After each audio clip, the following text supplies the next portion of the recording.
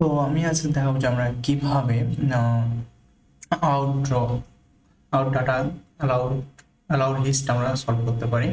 তো আমি আগে ফার্স্টলি রিসোর্স বলে যাচ্ছি।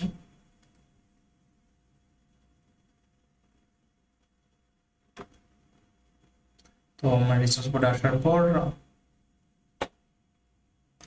তো এটা আমি একটু সলভ করলাম। আমি এখন দেখাবো যে আমি এটা কিভাবে সলভ করছি, এটা আমি এখন আপনার সাথে শেয়ার করবো। তো ফার্স্ট অফ অল আমাদের এইটা কপি করে নিতে হবে, একটু কপি করে নিলাম। তারপর আমাদের ইনস্পেক্টে যেতে হবে। তো এখানে আসার পর কিওয়ার্ডে চাইতে হবে। আসার পর আমি আপনাদের এখানে একটা শেয়ার করতেছি একটা জিনিস, যে আমাদের যখন ফার্স্ট টাইম এটা নিয়ে কাজ করবো তখন আমাদের এই ধরনের প্রবলেমটা আসবে। এই রোডটা আমি নতুন করে যখন আবার এখানে আসবো, তো আসার পর দেখতে পাচ্ছেন যে আমাদের সবার মধ্যে এইরকম একটা ইউআরএল আসবে। তো এখন আমরা অনেকেই কনফিউজ হয়ে যাবো। আমি এখন কন্ট্রোল এফ চাপবো, কন্ট্রোল এফ।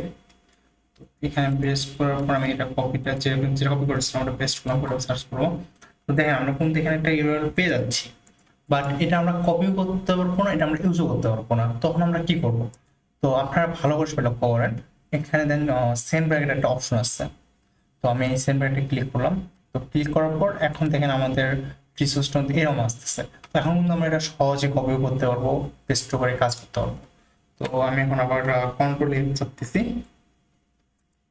তো কন্ট্রোল চেপ চাপার কারণে আমার যে ইয়ারটা বুঝতেছি ওইটা দেখেন বুঝে দেখি বুঝতে হবে।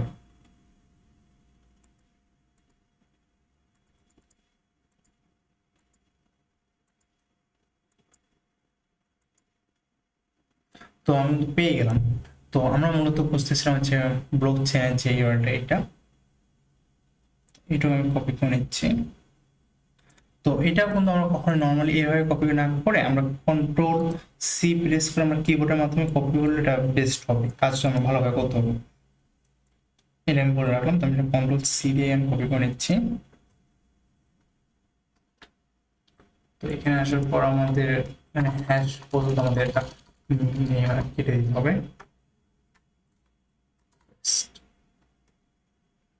ওকে, সো দেখতে পাচ্ছেন যে আমরা বর্তমান বিটকয়েনের যে ওয়েবসাইটটা আছে এখানে আমরা চলে আসলাম।